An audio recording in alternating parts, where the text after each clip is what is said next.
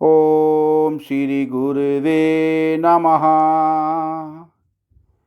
ओम शांति शांति शांति।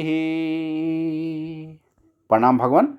भगवान योग वासिष्ठ महारामायण से निर्वाण प्रकरण पूर्वार्ध और सर्ग नंबर 92 से 93 लेते हैं भगवान, जिसमें जो शीर्षक है वो शिखीध्वज और उनकी पत्नी जो देव पुत्र के रूप में अर्थात कुंभ के रूप में जो चुड़ाला हैं वो किस तरह से उनको उपदेश देती हैं।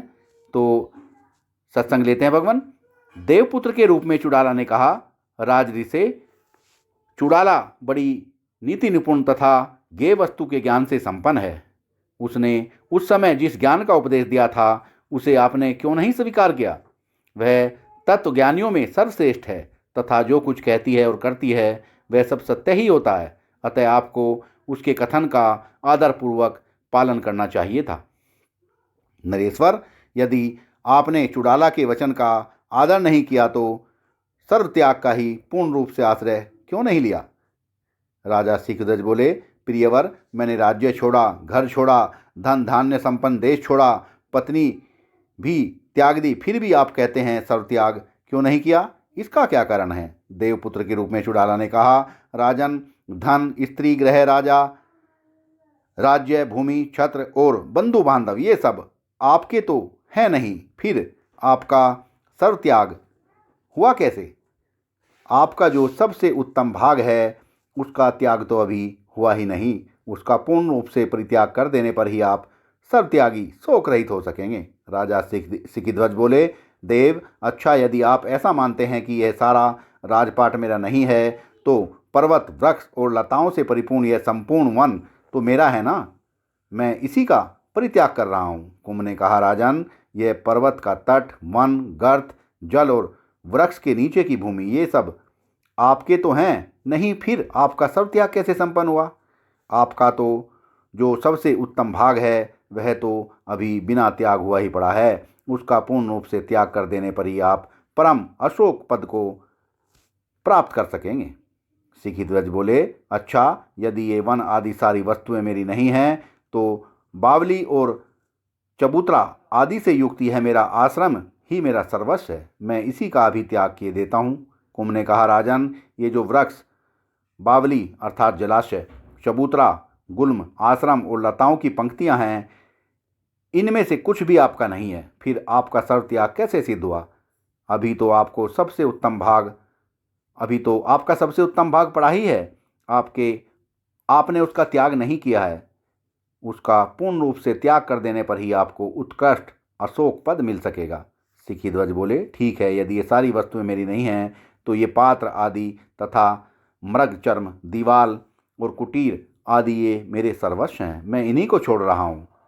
श्री वशिष्ठ जी कहते हैं, रघुनंदन, ऐसा कहकर राजा शिखीध्वज ने भांड आदि उन समस्त सामग्रियों को आश्रम से निकालकर एक जगह स्थापित किया। फिर सूखी लकड़ियाँ इकट्ठी करके अग्नि प्रज्वलित की और उन सभी वस्तुओं को उस आग में डालकर वे पुनः अपने आसन पर बैठे। तत्पश्चात उन्होंने अक्षमाला तथा मृग चर्म को भी उसी आग में झोंक दिया और कमंडलू एक क्षोत्रिय ब्राह्मण को दे दिया, क्योंकि ऐसा नियम है कि अपनी जो उत्तम वस्तु हो उसे या तो किसी महात्मा को दे दें अथवा अग्नि में जला दें। फिर राजा ने अपनी कोमल चटाई को भी चित्त शुद्धि तथा चेतन ब्रह्म में विश्राम प्राप्ति के लिए उसी धधकती आग में फेंक दिया। फिर कुंभ को संबोधित करके वे बोले, कुंभ, जो वस्तु त्याज्य है उसे सदा शीघ्र से शीघ्र त्याग देना चाहिए। साधो, मैं निष्क्रिय होने के लिए अपनी क्रियोपयोगी सारी वस्तुओं का त्याग कर रहा हूँ, क्योंकि अयोग्य वस्तु को कौन ढोता फिरे। श्री वशिष्ठ जी कहते हैं, राघव, तदंतर राजा शिखीध्वज ने अपनी सूखी फूंस की कुटिया को, जो अपने अज्ञानी मन के मिथ्याभूत संकल्प द्वारा कल्पित थी, जलाकर भस्म कर दिया। उन्मोनी राजा की बुद्धि समता युक्त हो गई थी और मन उद्वेग रहित हो गया था। अतः उन्होंने वहाँ जो कुछ भी सामग्री शेष रही थी उन सबको क्रम से जला दिया। यहाँ तक कि उन्होंने प्रसन्नतापूर्वक अपनी लंगोटी और भोजन पात्र तथा भोजन आदि को भी फूंक दिया। जब सूखी लकड़ी के साथ वे बर्तन आदि सारे पदार्थ आग में जल रहे थे उस समय जिनका देह मात्र शेष रह गया था, वे राजा सिखिध्वज राग रहित हो प्रसन्नतापूर्वक बोले। सिखिध्वज ने कहा, देवकुमार, आश्चर्य है, चिरकाल के पश्चात आपने अपने ज्ञान उपदेश द्वारा मुझे प्रबुद्ध कर दिया, जिससे अब मैं वस्तु विषयक वासना का परित्याग करके सर्वत्यागी होकर स्थित हूँ तथा केवल शुद्ध सुख से संपन्न और ज्ञानवान हो गया हूँ, जिसमें ममता संकल्प प्रयुक्त संग्रह क्रम वर्तमान है। ऐसी है सामग्री किस काम की। अब तो नाना प्रकार के बंधनों के हेतुभूत विषय ज्यों ज्यों प्रक्षीण होते जा रहे हैं, त्यों तो मेरा मन परम आनंद में निमग्न होता जा रहा है। मुझे शांति मिल रही है, मैं परम आनंद स्वरूप को प्राप्त हो रहा हूँ और विजयी हो रहा हूँ। अतः अब मैं पूर्ण सुखी हूँ। मेरे संपूर्ण बंधन नष्ट हो गए हैं, क्योंकि मैंने सर्व त्याग कर दिया है। देवपुत्र, महान त्याग करने के कारण अब दिशाएं ही मेरे लिए वस्त्र हैं और दिशाएं ही मेरे लिए घर हैं, यहाँ तक कि मैं स्वयं ही दिशाओं के समान स्थित हूँ। अब बताइए और क्या शेष रह गया है। कुंभ ने कहा, महाराज सिखध्वज, अभी भी आपने सभी वस्तुओं का पूर्णतः त्याग नहीं किया, अतः सर्व त्याजन्य परमानंद की प्राप्ति का व्यर्थ ही अभिनय मत कीजिए।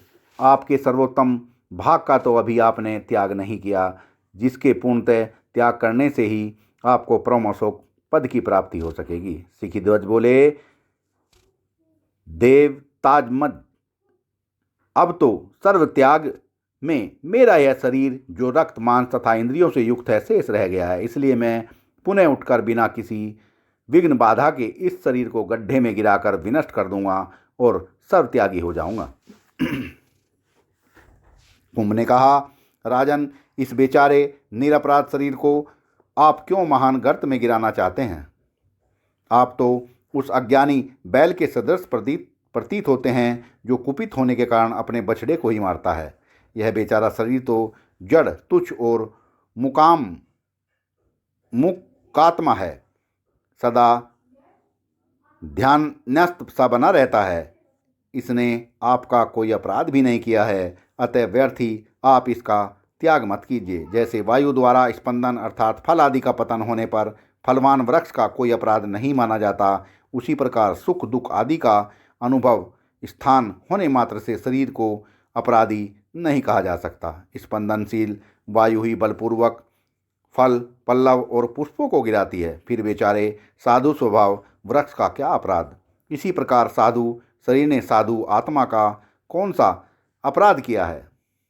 कमल लोचन, साथ ही शरीर का त्याग कर देने पर भी आपको सर्वत्याग निष्पन्न तो होगा नहीं, फिर व्यर्थ ही आप इस निरपराध शरीर को गड्ढे में क्यों फेंक रहे हैं। देह का त्याग कर देने पर सर्वत्याग सिद्ध नहीं होता। जैसे उन्मत्त गजराज वृक्ष को तहस नहस कर देता है, उसी प्रकार जिसके द्वारा यह शरीर क्षुब्ध हो उठता है, उस पापात्मा का यदि आप पूर्णतः त्याग करते हैं, तभी आप महान त्यागी हैं। भूपते, उस पापात्मा का परित्याग कर देने पर देह आदि समस्त पदार्थों का अपने आप ही त्याग हो जाता है। यदि उसका त्याग नहीं हुआ तो गर्त में गिरकर नष्ट हुआ भी शरीर उस पापात्मा से बारंबार उत्पन्न होता रहेगा। सिखिध्वज बोले, सौंदर्यशाली देव, इस शरीर का संचालन करने वाला वह पापात्मा कौन है। जन्म आदि कर्मों का बीज क्या है और किसका त्याग कर देने पर सर्वत्याग संपन्न होता है। कुंभ ने कहा, साधु स्वभाव नरेश, शरीर अथवा राज्य का त्याग कर देने से तथा कुटिया जलाकर भस्म कर देने से सर्वत्याग संपन्न नहीं होता। वह तो सर्वात्मक एक एवं सर्वव्यापी संकल्प द्वारा सबके एकमात्र कारणभूत सर्वात्मा का परित्याग कर देने पर ही निष्पन्न होगा। सिखिध्वज बोले, समस्त तत्वज्ञानियों में श्रेष्ठ कुंभ, अच्छा यह बतलाइए, आपने जिस सर्वथा एवं सर्वदा त्यागने योग्य सर्वगत एवं सर्वात्मक वस्तु का नाम लिया है, वह सर्वात्मा किसे कहते हैं। कुंभ ने कहा, नरेश्वर, आप चित्त को ही भ्रम, चित्त को ही पापात्मा पुरुष और चित्त को ही जग जंजाल समझिए। यह चित्त ही सर्वात्मा कहलाता है।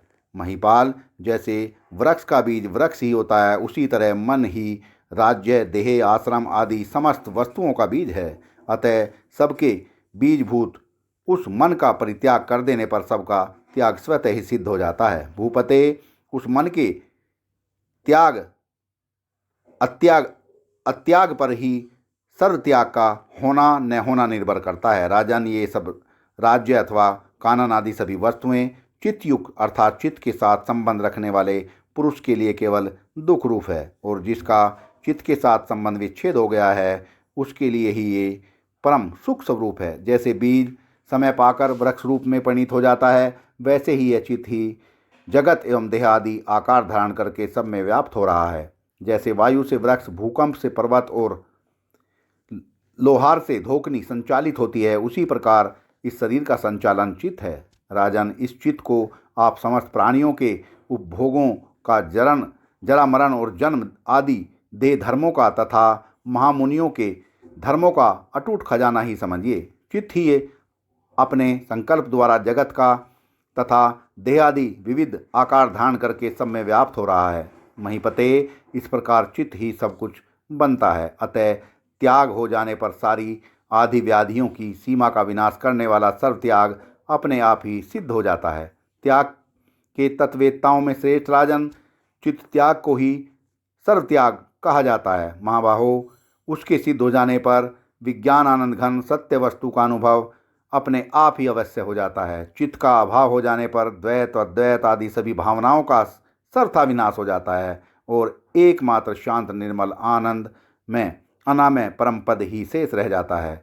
चित्त को इस संसार रूपी धान का खेत कहा जाता है। जैसे जल ही तरंग रूप से दिख पड़ता है, वैसे विचित्र चेष्टाओं वाला चित्त ही अपने संकल्प से भाव और अभाव का आकार धारण करने वाले पदार्थों के रूप में परिणित होता है। भूपते, चित्त विनाश रूपी सर्व त्याग से सर्वदा सभी वस्तुएं वैसे ही सुलभ हो जाती हैं जैसे साम्राज्य की प्राप्ति से सांसारिक पदार्थों का समस्त अभाव मिट जाता है। जैसे राज्य आदि समस्त वस्तुओं का त्याग कर देने पर अकेले आप अवशेष रह गए हैं, वैसे ही सर्व त्याग कर देने पर एकमात्र विज्ञानात्मा ही अवशिष्ट रह जाता है। राजन, सर्व त्याग रूपी रस का आस्वादन कर लेने पर जरा मरण आदि की कोई भी भय पुरुष को बाधा नहीं पहुंचा सकता। निर्मल कांति वाले महत्व की प्राप्ति का कारण भी सर्व त्याग ही है।